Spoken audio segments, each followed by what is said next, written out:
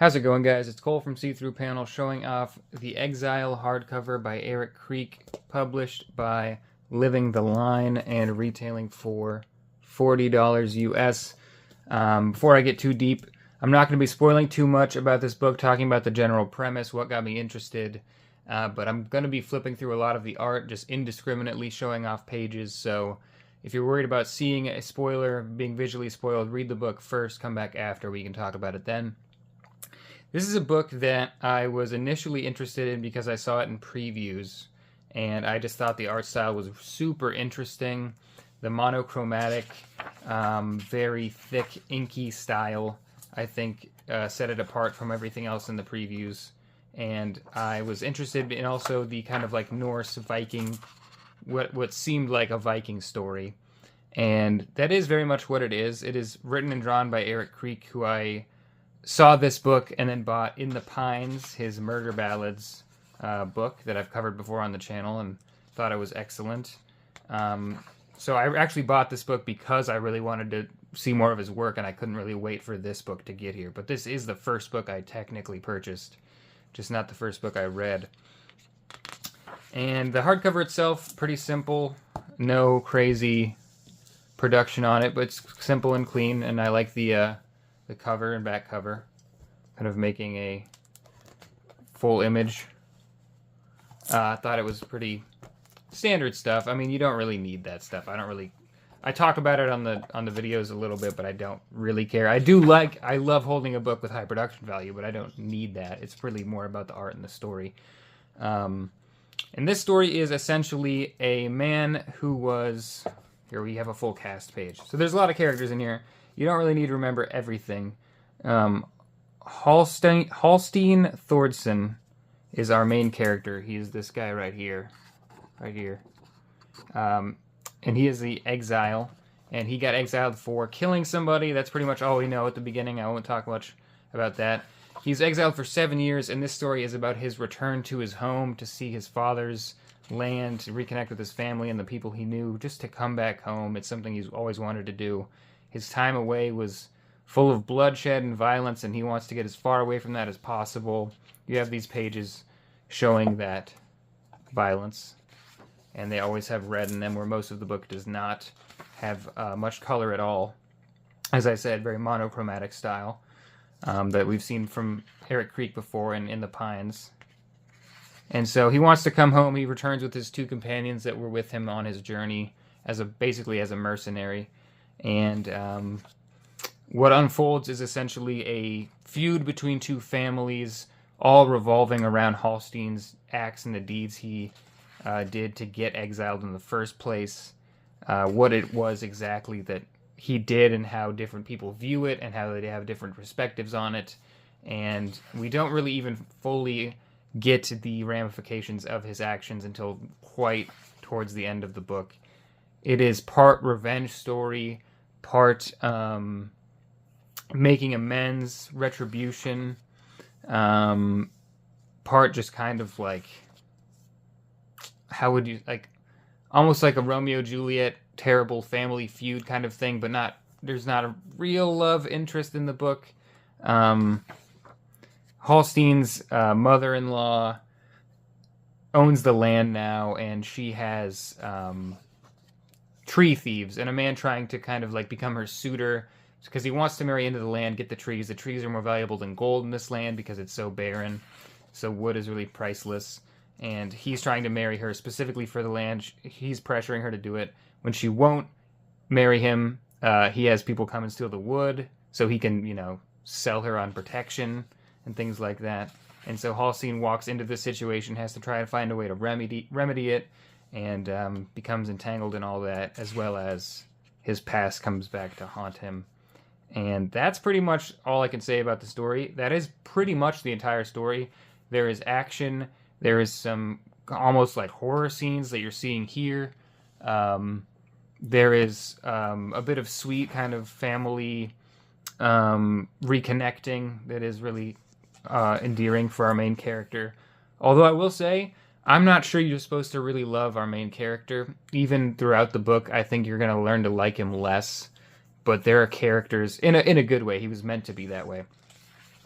He is trying to be a good person, trying to atone for his sins, but there are characters in here that I would just say are better people than our main character, Hallstein, that are more admirable and have better values. Not that his are bad, but if you read it, you'll see what I mean. But I really just enjoyed, foremost, the setting, the way this was super grounded and true to what people think of like a Viking era story and setting. I think Erik Kriek's style works really well for this. It's not clean in terms of lines, in terms of like texture and all the things, but in terms of storytelling, it's super readable. There's always clean layouts. The flow of the story is just extremely smooth. And the storytelling works in that way as well, where you're not really going to get lost on things. The most difficult thing to understand and to track is the names, because they are, for me, an American in 2024, archaic, really long, and strange, and I can never remember all of them, even if they were like John. If they were all named John, I couldn't remember any of their names. It's just, I'm bad at that. But I think the art is just gorgeous. The amount of ink on the page, the kind of scattershot placement of certain lines that turns out to be really beautiful. I think Erik Kriek does a fantastic job. Just draws the hell out of this book. And in terms of a writer, artist, a full-on creator, I think he did an awesome job. This is obviously fiction, but he tries to keep it as grounded as possible, and I think it works well for that.